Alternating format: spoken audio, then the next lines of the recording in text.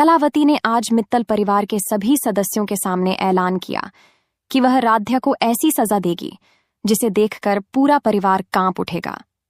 ये बात सुनते ही घर के सभी लोग डर और चिंता में डूब जाते हैं। कुछ ही देर बाद कलावती एक कुर्सी पर बैठ जाती है और अपने गुंडों को आदेश देती है कि राध्या के शरीर पर रस्सियां बांध दी जाए।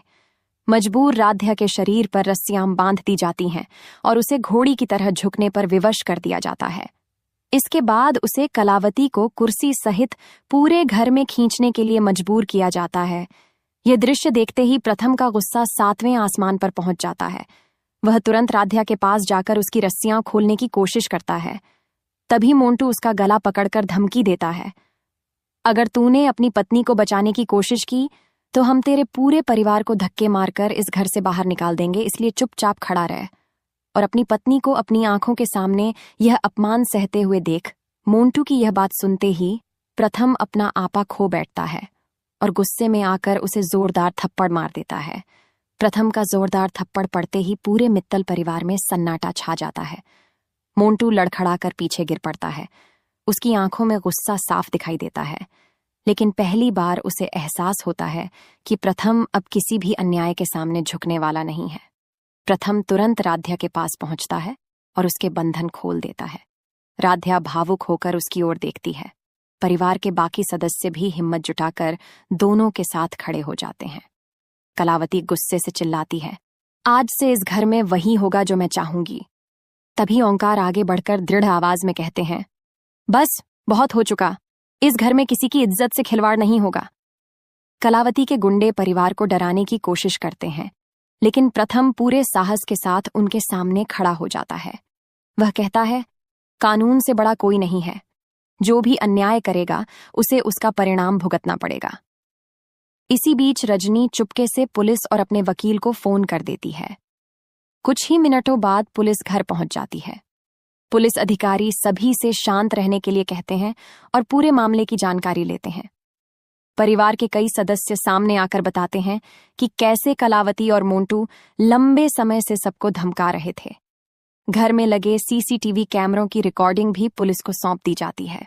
सबूत देखने के बाद पुलिस कलावती और मोंटू से पूछताछ शुरू करती है। दोनों पहले झूठ बोलने की कोशिश करते हैं, लेकिन लगातार सामने आते प्रमाणों के कारण उनकी बातें टिक नहीं पाती।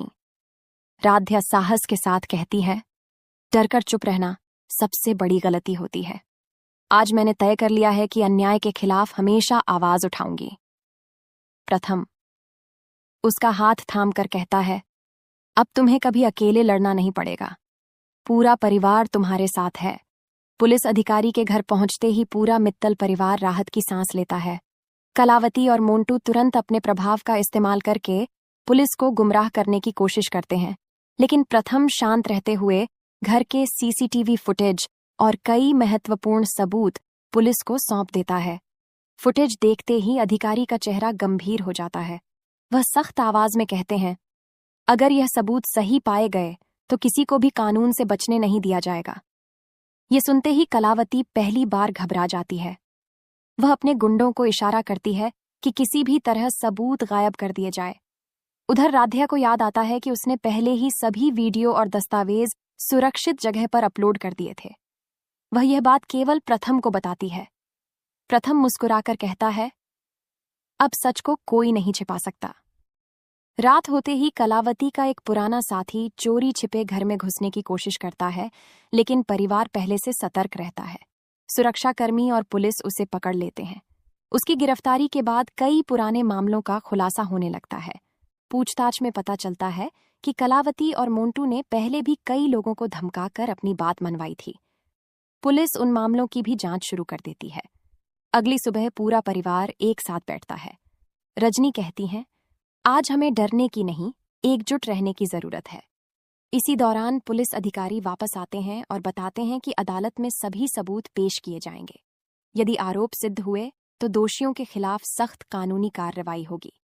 कलावती आखिरी बार परिवार को डराने की कोशिश करती है, लेकिन इस बार कोई भी उसके सामने नहीं झुकता।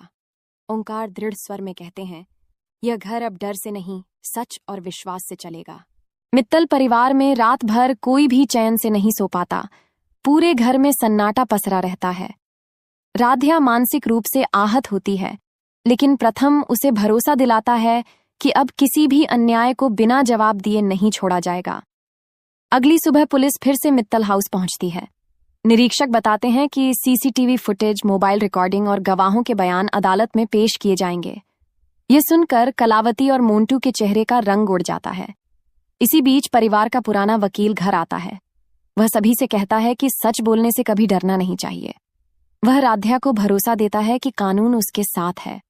कलावती चुपके से अपने पुराने साथी को फोन करके सबूत मिटाने की योजना बनाती है, लेकिन उसे पता नहीं होता कि पुलिस पहले से उसकी कॉल रिकॉर्ड कर रही है। दूसरी ओर प्रथम और ओंकार परिवार की सुरक्षा बढ़ा देते हैं। शाम होते ही पुलिस को एक गुमनाम पैकेट मिलता है। उसके अंदर कुछ दस्तावेज और एक पेन ड्राइव होती है। उसमें कलावती और मोंटू की कई पुरानी साजिशों के प्रमाण मिलते हैं। अधिकारी तुरंत उनकी जांच शुरू कर देते हैं। पूरे परिवार को पहली बार लगता है कि अब सच सामने आने वाला है।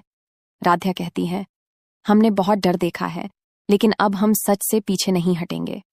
अगले दिन अदालत में प्रारंभिक सुनवाई होती है। सरकारी वकील सबूत पेश करता है। बचाव पक्ष उन्हें झुठलाने की कोशिश करता है, लेकिन अदालत आगे की विस्तृत सुनवाई का आदेश देती है। घर लौटते समय कोई अज्ञात व्यक्ति प्रथम को चेतावनी देता है कि यदि वह केस वापस नहीं लेगा तो उसे परिणाम भुगतने होंगे। प्रथम बिना डरे पुलिस को इसकी सूचना देता है।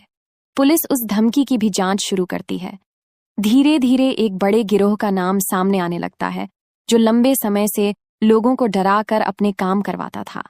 एपिसोड के अंतिम दृश्य में पुलिस अधिकारी कहते हैं, अब यह सिर्फ एक परिवार का मामला नहीं रहा, इसके पीछे बहुत बड़ी साजिश छिपी हुई है। कलावती पहली बार महसूस करती है कि उसके पुराने राज अब ज्यादा समय तक छिप नहीं पाएंगे। वहीं राध्या और प्रथम एक दूसरे का हाथ थामकर नए साहस के साथ आने वाली लड़ाई के लिए तैयार हो जाते हैं। सुबह होते ही मित्तल हाउस के बाहर मीडिया की भीड़ जमा हो जाती है। पूरे शहर में खबर फैल चुकी होती है कि मित्तल परिवार के घर में हुए विवाद की पुलिस जांच शुरू हो गई है। राध्या परिवार के सामने दृढ़ स्वर में कहती है, अब हम डर कर नहीं, सच के साथ लड़ेंगे। प्रथम उसका साथ देते हुए कहता है, जिसने भी कानून तोड़ा है उसे जवाब देना होगा। उधर पुलिस की विशेष टीम कलावती और मोंटू से लगातार पूछताछ करती है। शुरुआत में दोनों हर आरोप से इनकार करते हैं, लेकिन जैसे जैसे नए सबूत सामने आते हैं उनकी बातें बदलने लगती हैं। इसी दौरान एक नया गवाह सामने आता है। वह बताता है कि उसने कई महीनों पहले भी कलावती के लोगों को परिवार के सदस्यों को धमकाते देखा था। उसका बयान पुलिस रिकॉर्ड कर लेती है। वहीं मित्तल परिवार के पुराने दस्तावेजों की जांच के दौरान ओंकार को एक फाइल मिलती है। उसमें संपत्ति से जुड़े ऐसे कागज होते हैं जिनसे पता चलता है कि वर्षों पहले कुछ दस्तावेजों में धोखाधड़ी की गई थी। यह जानकारी पुलिस को दी जाती है। आर्थिक अपराध शाखा भी जांच में शामिल हो जाती है। कलावती को लगता है कि अब उसके पुराने राज खुलने वाले हैं। वह अपने वकील से कहती है कि सच सामने आने से पहले उसे अपनी सफाई तैयार करनी होगी। दूसरी ओर राध्या घर के सभी सदस्यों का हौसला बढ़ाती है। वह कहती है, मुश्किल समय में परिवार का साथ ही सबसे बड़ी ताकत होता है। सुनवाई के अगले दिन अदालत में पुलिस शुरुआती जांच की रिपोर्ट पेश करती है। न्यायाधीश कहते हैं कि सभी पक्षों को निष्पक्ष सुनवाई का पूरा अवसर मिलेगा और किसी भी तरह की धमकी या सबूतों से छेड़छाड़ को गंभीरता से लिया जाएगा। उधर पुलिस उस अज्ञात व्यक्ति तक पहुंच जाती है जिसने प्रथम को धमकी दी थी। पूछताछ में पता चलता है कि उसे लेकिन कलावती की इस धमकी के बाद अब मित्तल परिवार क्या करेगा, जानने के लिए जुड़े रहिए अगले एपिसोड में। क्या राध्या इस नई मुसीबत का सामना कर पाएगी या कलावती की चाल इस बार सफल हो जाएगी? जवाब मिलेगा अगले एपिसोड।